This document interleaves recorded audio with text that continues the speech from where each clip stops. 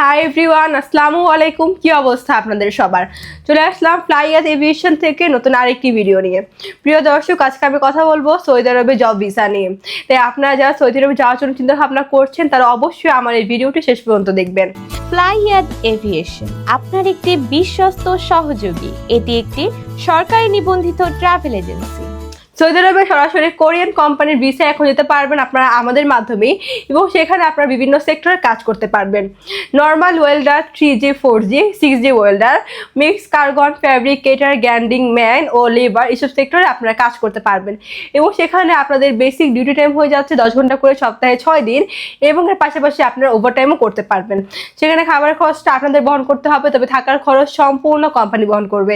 এবং এক্ষেত্রে আপনার স্যালারি পেয়ে যাচ্ছেন 1600 থেকে 2200 রিয়াল, তবে সেটা আপনার কাজের ক্যাটাগরি ওয়াইজ আপনাকে দেওয়া হবে।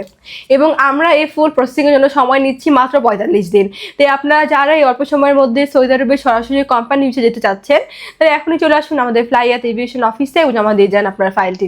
তাহলে চলুন এবার জেনে আসি আমাদের কাছে আপনার ফাইলটি সাবমিট করার জন্য কী কী ডকুমেন্ট লাগবে।